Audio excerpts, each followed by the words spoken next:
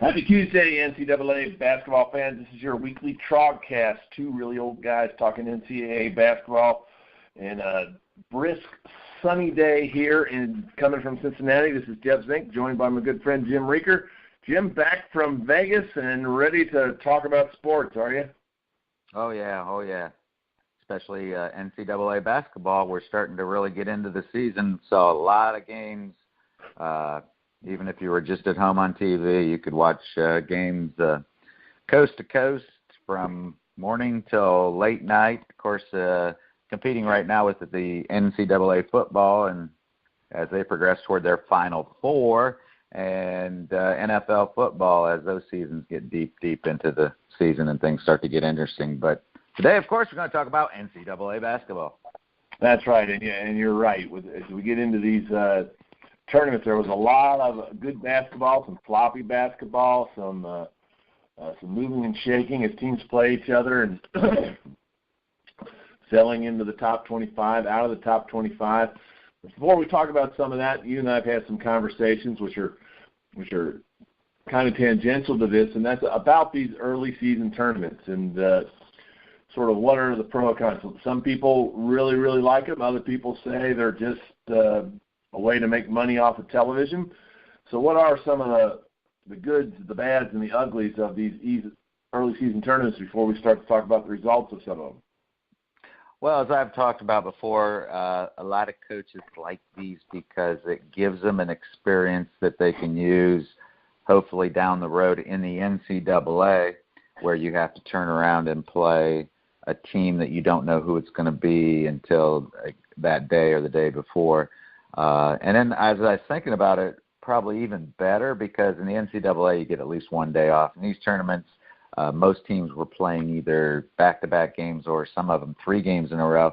And that probably mirrors more something that almost all of them are going to do, and that's playing in their conference tournaments in early March in order for the teams that aren't going to get a bye or an invitation because of their season work, gives them a chance to win that tournament and get into the NCAA. So it's probably better preparation for that. Again, being able to play 2, 3, and if you get into the conference tournament, some tournaments you actually, if you don't have a high seed, you have to win 4 days in a row, which has been done a couple times recently to get into the NCAA tournament. So I think from that standpoint, it's a good experience. Of course, it's a long way down the road before they will have that experience again. Other things that I see are very, very positive is I think it gives teams a chance. They almost have to play some of the younger players who maybe don't get as much action when they're playing twice a week, just because the fact that you're playing so many games in a row, coaches are more apt to go to their benches and maybe sometimes have to because of foul trouble or just fatigue of the regular players. So I think it gives some younger players an experience of getting onto the floor a little bit more. Talk about it from the fan standpoint. Again, number one, if you're a fan of NCAA basketball and you have all the right channels, you could pretty much, again, watch basketball from noon to midnight on these 3 or 4 days over Thanksgiving. So if you have nothing better to do, you're not shopping on Black Friday, there's lots of games to watch. But from my standpoint, too, in the last 2 years I've done this, if you actually go to these sites, I think it gives you have a chance to get a much more up and personal view of some of these teams because, again, as you see when you watch these on TV, there's not a whole lot of people at some of these games. So you can actually move down and sit 2, 3 rows off the floor, which for, the average NCAA fan, even one like me who has season tickets for a NCAA team, I don't get that close to get that feel. So that's why I like them. I think it's fun to go and watch. And a great deal, too. For example, out in Las Vegas, for $70, I got a 2-day pass to the tournament I was at.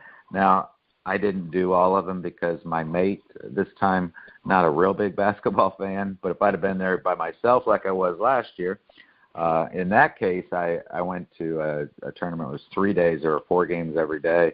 So I saw 12 games, I think, for, if I recall, $75.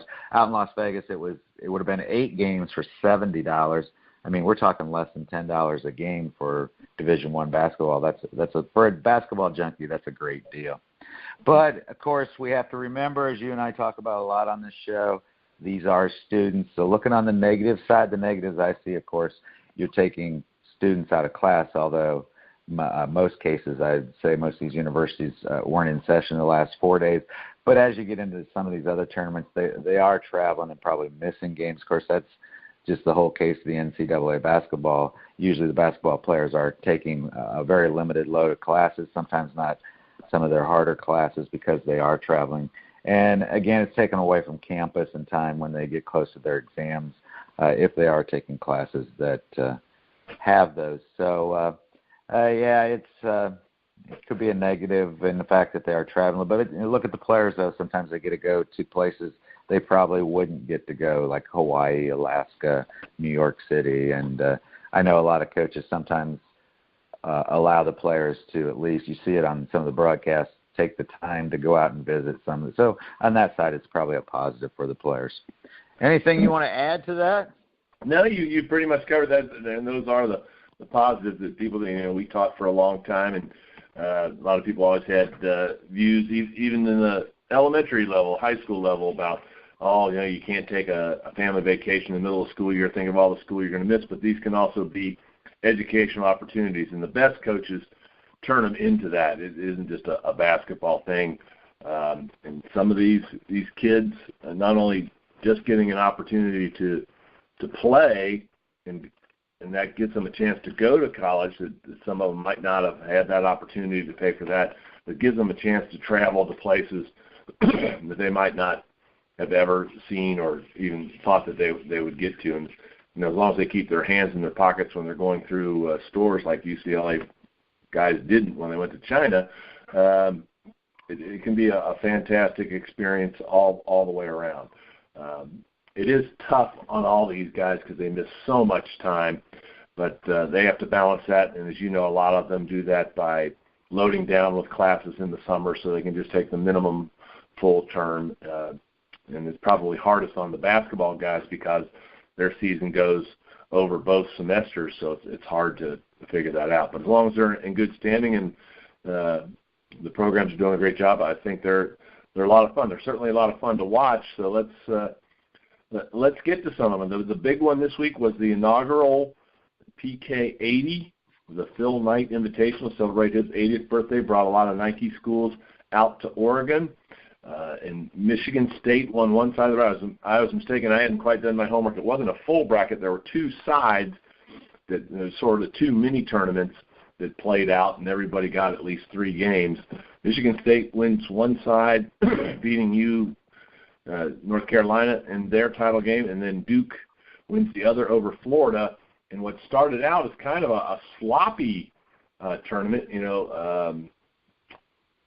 Portland State almost taking Duke to the mat until they rallied to win by 18, and a couple other games that didn't look too pretty. But by the end, there was some fantastic basketball played, especially in those late rounds. The Florida-Gonzaga game, and Shaka Smart finally getting Texas turned around, even though they lost to Duke and Gonzaga. They're looking good in what they call the motion bracket. And then people worried a little bit about the early season stumbles of Michigan State, but they turned it right around to beat North Carolina and UConn and Oregon in there. So it was a good weekend to be in Portland, not just for the turkey, but for the basketball. Yeah, and as you and I had talked earlier, I'm not sure that's going to be an annual event or not. Of course, it was designed to celebrate Phil Knight's 80th birthday. Of course, Phil Knight being the founder of Nike, and all those teams, all 16 of those teams, of course, wear Nike uniforms.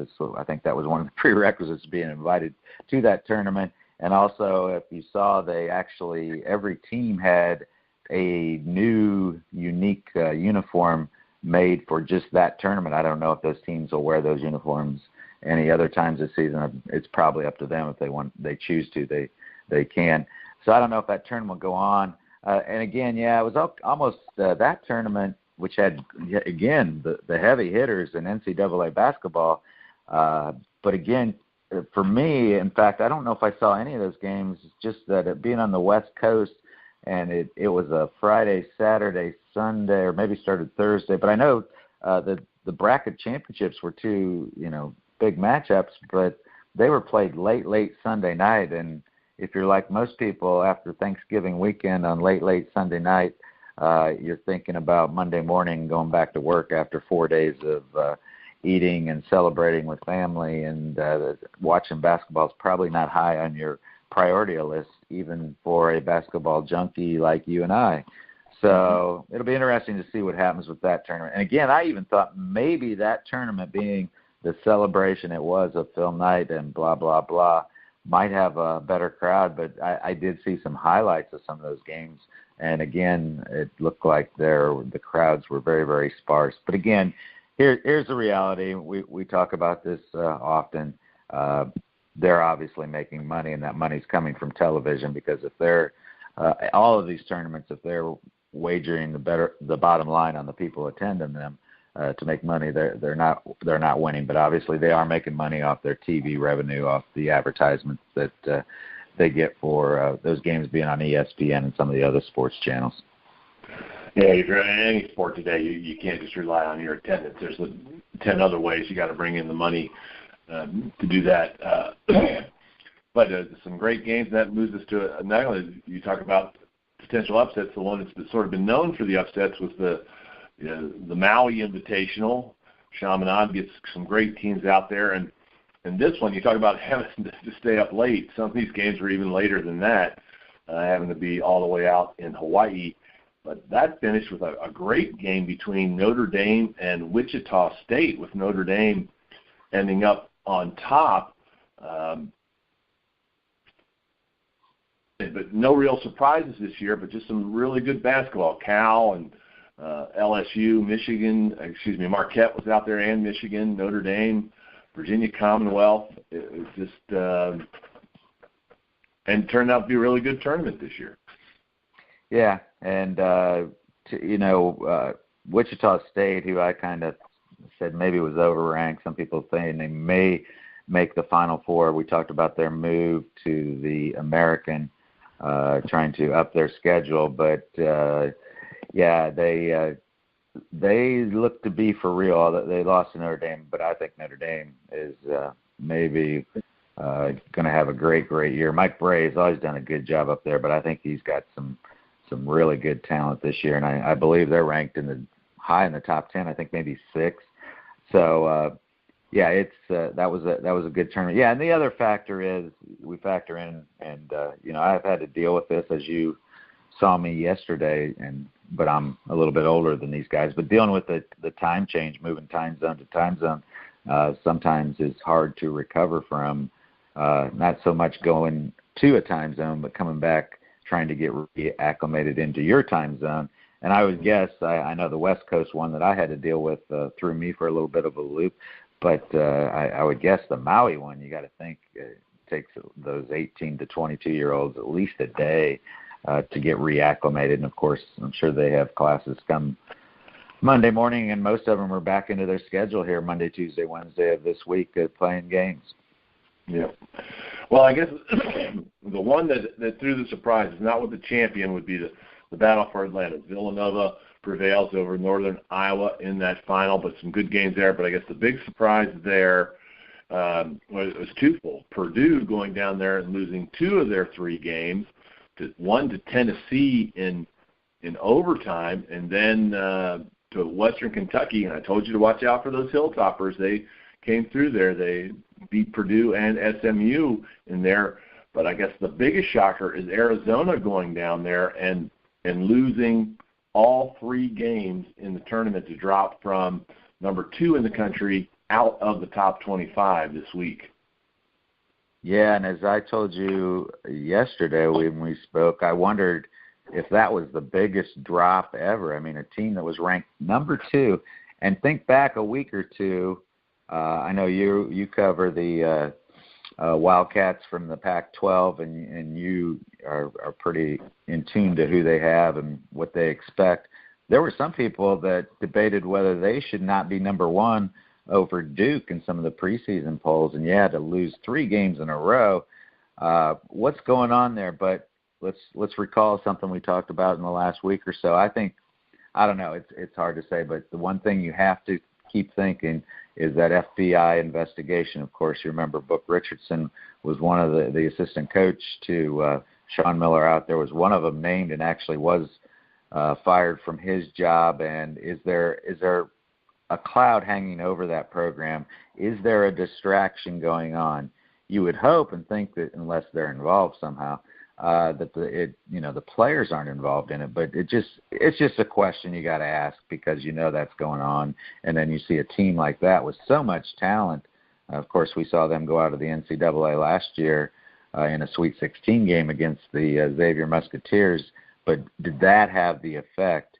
And, in all 3 of those games, they gave up more points than they gave up all last year in all 3 of those games. So obviously, for one reason or another, their defense is not playing very well, but that kind of is surprising to me because, seeing Sean Miller coach here in Cincinnati with the Xavier Musketeers for 5+ seasons, I know that's one of his staples, that it all starts with defense. So that was the biggest shock.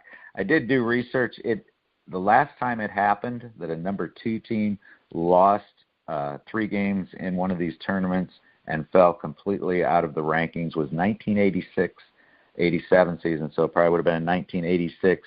The Louisville Cardinals went to the Great Alaskan Shootout and dropped 3 in a row, and the same thing happened to them. They were ranked number 2 in the country at that time, and they dropped all the way out of the top 25. Well, I think you hit on a good thing there with Arizona, and not a good thing for them, but they do have the specter of that goes to the FBI investigation. But the Pac-12 overall is kind of in the shakes right now. UCLA, lost to Texas Tech, and Oregon did not look good in the PK 80. Losing to UConn and Oklahoma. Utah lost by 27 to UNLV. Probably the one big bright spot, and we'll talk more about this Thursday on our Razorcast, is Arizona State, which defeated your Musketeers the other day. So a lot of things going on there, but these teams come back. Arizona stumbled out of the gate last year too, and I think when they get those new recruits working in there, Sean Miller will have them back. But that was quite a fall, and it could be that you just have a bad stretch. It's not like they lost by millions. I mean, the loss to North Carolina State, I should say, was by 6, and then they had to turn around and play SMU, and that was just by 6, and then the blowout by Purdue was probably a bit of a frustration, but we'll just have to see how it plays out. We're still not to December, so lots and lots of games to play, which would bring me to this, for topic number 3. But what was your most surprising 3 of the weekend? Arizona dropping 3 in the battle for Atlantis, or Alabama almost coming back to beat Minnesota with just 3 players on the court? Well, obviously 3 against 5. That's very interesting. That would have been a fun game to watch. I did see the highlights of that. I didn't have a chance to actually see that game. But actually, what really was the big surprise there is the fact that you cover Alabama in the SEC, and they're supposed to be pretty good. But I cover Minnesota, and they're supposed to be one of the top Big Ten teams this year, and they have done very, very well, and they're actually ranked. I think this morning I looked, they're ranked in the top 15, I believe. I think they're at number 14 in one of the polls I saw. So they were both surprises. It was shocking, though, that Arizona would lose 3 games in a row. But, again, and here's probably what maybe happened. I mean, think about 18 to 22-year-olds playing for Minnesota, and all of a sudden they only got 3 players. The first thought that's got to go through your mind is this game's over. And at that point they had I believe a 20-point lead or close to a 20-point lead. And, of course, Alabama brought it back and only ended up, I think, losing by 5. they're both just big surprises, kind of surprising in different ways. I was a little bit surprised, if you want to talk about a surprise, that it didn't affect the voters so much against Minnesota. Of course, I guess it's the old adage, it's not how you win, it's if you win when you're talking about being ranked. If you can come away with a 1-point win or a 20-point win, they don't give style points so much, especially this early in the polls. Well, for those of you who may not know what we're talking about, Alabama playing Minnesota, there was a bit of a fracas, and the Alabama players left their bench. So by rule, the entire bench was thrown out of the game. So Avery Johnson only had 5 players to put down there, and then shortly into that, one of his players went down with a foul, put him down at 4. And then shortly after that, John Petty hurt his ankle, and for 10 minutes and 41 seconds, they had to play 3-on-5 and outscored Minnesota 26-16 for a run. In fact, the total was 30-22. Minnesota did come back. If you watch some of the highlights, like you said, Jim, it was a really interesting game to watch. And when you listen to Avery Johnson places, we practiced that, the 3-on-5 drills, and the guys are ready, and they just, the 3 that were on the floor just said, we're going to do what we got to do, and kept going at it. So there were a couple of guys, in particular Colin Sexton, who just kept firing it up and just couldn't be stopped. It was both, it's one of those things that you're going awe on one point and kind of stifling a chuckle on the other. So we'll see. But both those teams are going to be good teams. Like I said, it shouldn't hurt Minnesota. They did come away with the win. You just wish they hadn't had the little fracas earlier in the day. So that brings us to topic number 4 for today, which is, are we seeing any early season surprise teams, people that were sort of off the radar? I know this time last year is where Baylor, again, another team we'll talk about here in a little bit, and who you're going to see tonight against the Musketeers, popped out of nowhere by beating the Muskies and then ended up jumping all the way to number 1. Are we seeing any teams like that sort of on the horizon so far this season? Well, I see 3 teams, and again, actually maybe 4, but some of them we were kind of aware of that this might be a good season for them. Minnesota, of course, I talked about as I covered the Big Ten. I thought they were going to have a decent season. Richard Pitino, Rick Pitino's son, of course, has been there a few years and started to turn that program around. So, again, they are up into the top 15 right now, and they might have something to say about the Big Ten championship. So they're kind of a surprise, but, again, we kind of saw that coming. A team that you cover, and, again, I saw, just to mention, Arizona State, they might be a big surprise. In fact, what I saw down in Florida, they may contend for the Pac-12 championship. They got a lot of talent. Of course, they have Bobby Hurley now at the helm. I believe this is his 3rd year. He's starting to get things turned around. He's getting some quality players. In fact, a player I'll mention, Remy Martin, a freshman. Arizona State has 2 outstanding guards in Trey Holder and Shannon Evans II. But to join them, a freshman, Remy Martin, and an Arizona State fan cued me in. And he had actually played with a player that a lot of people are thinking might be the best player in the country in Marvin Bagley III for Duke. He actually was on the same high school team as Marvin Bagley last year. But this guy, he's going to get a lot of time, and he helps spell a little bit. Holder and Evans gives them a break because he's right at their talent level and right at their quickness. So Arizona State, but you had talked about that they might be on the upswing when we did our previews of the conferences. Another team that, again, you do your work very well, that you said, they're going to be good, just kind of surprised me. I guess I haven't been following them that much, is Texas A&M. And, of course, I keep thinking Texas A&M, they're in the Big 12. No, they're not in the Big 12. They're in the SEC, kind of joined it here lately. And so you might see them, and I think you talked about this a week ago, might give UK a run for their money in the SEC.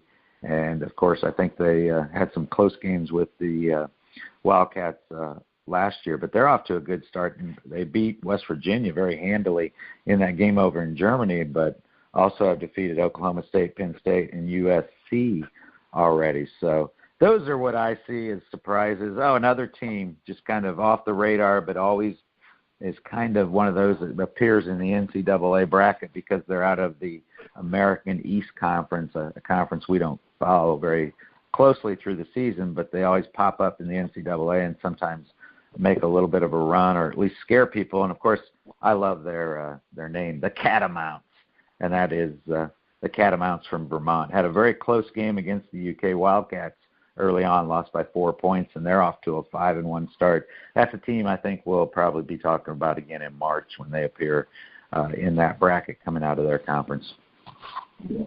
Yeah, some good choices there, some teams that are big powerhouses. I'm with you. You got to wonder what's going on in Texas, not only Texas A&M, which you just mentioned, and I picked to sort of be the sleeper in their conference. And ASU was my sleeper. We'll have to see if they can hold on to that. But also the Texas Tech Red Raiders. I mean, they thrashed Northwestern by 36 early in the year. No one talks about TCU and mentions basketball, but they're right in the mix and now have moved into the top 25. I had the Catamounts on there. Do you know what a Catamount is, Jim, by the way? I had to look it up. There's our PC phone call in the background. Mm-hmm. I'm going to guess it's a animal. Am I correct there? It is an animal. It's like a cougar, a mountain panther there. Jim does not work at a call center. His phone ringing as he's doing the show. And then, again, on the it's my bookie calling. What's that? Is that your agent calling? Yeah. My agent. There you go. Two others that made noise last year and come tournament time, sort of on the second level, like Vermont was, who's Vermont. They've already beaten Bradley and your surprise pick for the overall year, Northern Kentucky and Yale. All three of those are going to be tough programs. I look at like a Texas Arlington, which always sort of hung at the bottom of the 25 last year, made the tournament late, and they've already beaten BYU and just barely lost to Alabama by 1. So that's one of those second-tier schools to watch. Nevada, under Eric Musselman, has already dropped 2 big A-10 schools, Rhode Island and Davidson. And Rhode Island was starting to make some noise there towards getting back in the top 25. And I've already mentioned the team I keep an eye on down there with Rick Stansberry are the Western Kentucky Hilltoppers. So lots of great basketball to come. And that brings us to our fifth topic for today, which is looking at some of the movement in the top 25. And even though I don't take that seriously until we're in the middle of conference play, there was I think now's about the time that voters start looking at the current year's schedule rather than giving people credit for last year's schedule. And you see it. You mentioned ASU. They move into the number 20 with that win over Xavier. Virginia's back. Texas Tech, TCU, Alabama, and Creighton also pop into the top 25, whereas some of the teams that haven't quite stepped up, and we've already talked about Arizona, Purdue, Seton Hall, St. Mary's, and UCLA dropped out of the top 25. So what do you see going on there? I looked at the rankings when they came out yesterday, and there's no real surprises. I mean, you look at the top 10, pretty much it's the Blue Bloods, maybe Wichita State being there, of course. They're kind of expected to be there. Again, popping in Arizona State and Minnesota being as high as they are, just kind of new surprises. But, you at the top 25, and the voters, I think, have done a very good job to this point. And, yeah, you're correct. At this point, we start to focus on the body of work because now most teams have 6-7 games under their belt. So we're starting to evaluate them as they are this season rather on their reputation coming out of last season. Mm-hmm. And I think we're going to see some more movement based upon the schedule that's coming up. So as we go on to this week, you've mentioned it several times in our musings. Starting today, or last night actually, was the Big Ten ACC Challenge. Now, some people are saying this actually got started a couple weeks ago with the State Farm Classic when Duke beat Michigan State. I'm not quite sure how that's counted in there or not, because Michigan State also has a game here in the challenge against Notre Dame. But that started last night with Syracuse topping Maryland 72-70, and UVA dropping Wisconsin by 12, 49-37. And here's some of the other matchups, and we'll give you a chance to think about it as we get to today. Northwestern is going to play Georgia Tech. Florida State is going to take on Rutgers. Louisville will be against Purdue. Illinois takes on Wake Forest. Iowa takes on Virginia Tech. Tomorrow, Penn State versus North Carolina State. Clemson against Ohio State. Michigan at North Carolina. Boston College against Nebraska. And yeah, if you just paused and said, wait a minute, that's ACC Big Ten, I had to too, hearing those two teams in there. And Miami is going to take on Minnesota, and I think that'll be a good game. Duke has Indiana as Archie Miller continues to pull his hair out in Bloomington. And then on Thursday it finishes with Notre Dame at SMU. So looking at that, and I don't know if you've got it in front of you or not, Jim, but I see some really, really good games there to watch, and this is something that's sort of gone back and forth. The ACC dominated it when they first started. I think it was in '99. They won like 9 out of the 10 first, and then the Big Ten has been dominating it lately. But it looks like to me, we had a Sunday bet on this last year, but it looks to me like it's going to be a hard-pressed time for the Big Ten to win out. That's why I'm surprised that you didn't bring that bet up again, which I'm willing to go with, okay? I just know I'm going to have to buy, because I'm looking at that, and the Big Ten's already down 0-2, and looking at those matchups, I think it's, if I was in Vegas today as I was last week, I would probably bet on the ACC to win that challenge, just looking at those matchups. And overall, I think you might have to say the ACC may be the cream of the crop this year of the Power Six, as I call them in basketball. And the Big Ten might be down at the bottom of those conferences this year. So I expect the ACC to control that challenge. Here's a game I kind of tried to watch last night. Was almost like watching paint dry. Was Virginia playing Wisconsin. Oh my gosh, they both play the same way, and that's very slow, where they like to run the shot clock down before they take a shot. And actually the final score reflects that. It was 49-37. The Cavaliers beat the Badgers. But at one point I tuned in, there was like 10 minutes left in the game, and it was like 35-25. I mean, an NCAA Division I team having 25 points after 30 minutes of basketball. I mean, they weren't even scoring a point a minute. I mean, it was bad. But and again, the one that really throws me is Syracuse and Maryland. That's a Big Ten. After all the realignment, that is a Big Ten ACC matchup. But the game, the game that really, I think, if you get to watch one game you'd want to watch is Notre Dame and Michigan State. Those are two power players, and I think I think Notre Dame's going to be really, really good this year. In fact, they may be a favorite. Of course, you got the power hitters of NC, North Carolina, and Duke there, but Notre Dame's going to have something to say about that championship. And of course, Michigan State, a lot of people picking them to maybe be a Final Four, if not a national championship, as long as Miles Bridges gets to play. I think he's dealing with some injuries again this year for the second year in a row. I think hasn't played in all of those games. And then, a game that if you're a NCAA basketball fan, you would in most years go, wow, what a game, IU Duke. But, the Hoosiers, Archie Miller's got his work cut out for him. He's kind of playing with a bare cupboard right now, so he's got his work cut out in recruiting. Duke, I think, will probably put it on Indiana. In fact, I would probably give Indiana 20 points in that game and still be okay. So those are the games I look at. But, yeah, that Thursday night, if I can tune in and watch Notre Dame and Michigan State, that's the game that I'd really like to watch. I think you're going to see some quality basketball there. You don't have to worry about Miles Bridges getting hurt because Tom Izzo has said if he gets hurt again, he's going to kill him. So it's going to be he's either going to be in the game or dead, as Coach Jeff says. You just can't get hurt. And a couple of matchups intrigue me. One is tonight's game, Louisville versus Purdue. These are two teams that have stumbled a little bit out of the gate.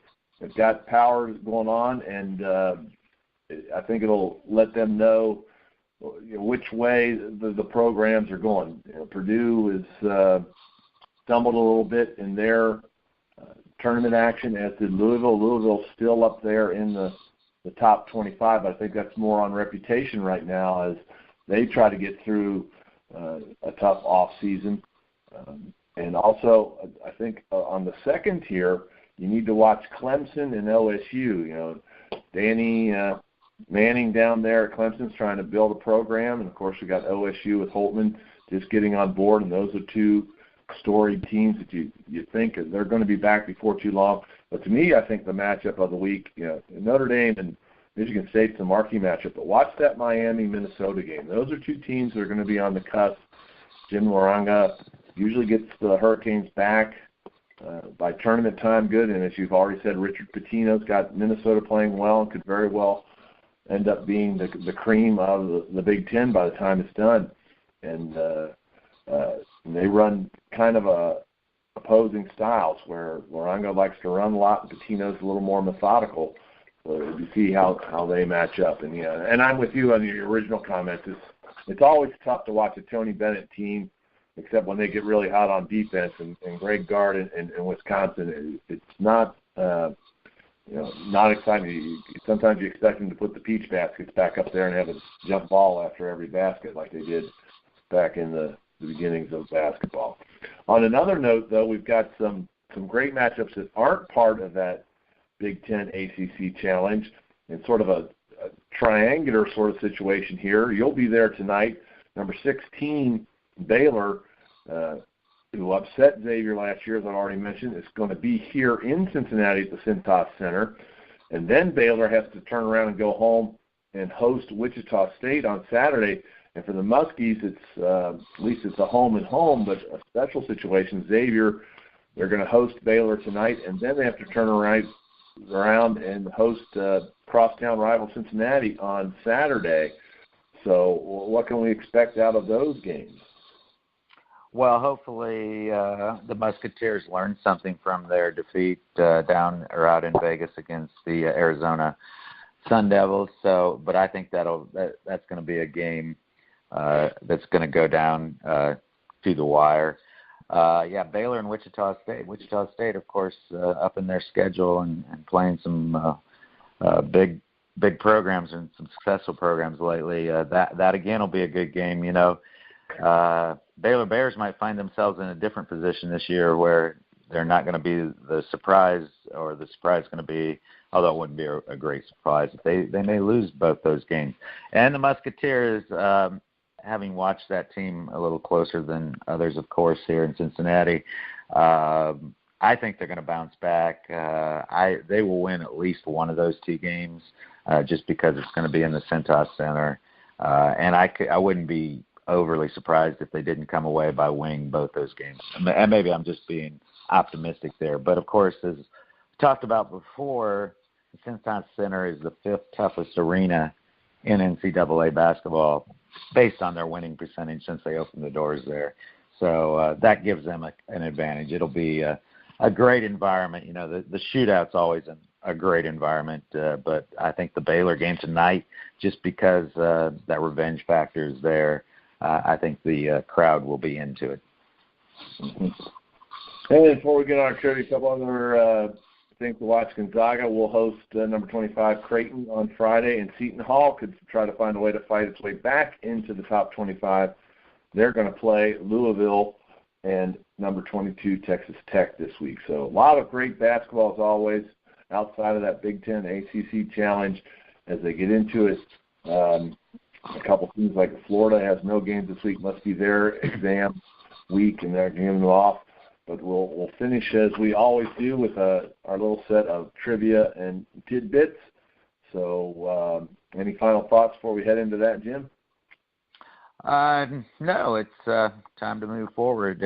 I think we covered it well, and we're going to gear up into all the way up. We got December, and then we'll get into the league schedules, although like the Big Ten, they actually got some games, I think, this week, and they're starting out their schedule because they're not the Big Ten, really. They're the Big 14. Big 14, that's right. Pitt sits on the sidelines for that because the ACC is Big 15. Yeah, there you go. Yeah. So what do you got for me this week? Well, of course, as always, I try to relate it to something we've talked about, and we've talked a lot about the rankings today, and so the questions will be about rankings. First question for you, I'll give you a 2-year leeway, so if you can get within 2 years, I'll give it to you. But the first rankings ever were put out by the Associated Press for NCAA basketball. Can you give me the year when the first NCAA basketball rankings came out from the Associated Press? Oh, Associated Press been around a long time. That'd be hard to narrow down. I mean, the NCAA tournament goes back to 1939. I know that, so I'll say 1939. No, you're off. Actually, it was January of 1949, the first time that they ranked teams. And just to give you a little background, a little history, as I always like to do. Oh, it's going to be my second guess. Yeah, okay. In January 1949, they came out with the top 20. Interesting enough, in the 1960-61 season, which you and I can relate to, right? That's right. Not you. You're even before that. They actually pared it down, and they were only doing the top 10 all the way up until the 1968-69 season when they went back to the top 20. And, of course, today, I'll give you a guess here. Today we have the top 25. Do you know when they moved from the top 20 to the top 25, what season that would have been? Oh, that's I bet it relates closely to when they went to 64 teams in the tournament, so I can't remember exactly. I'll say the mid-'90s sometime, 1995?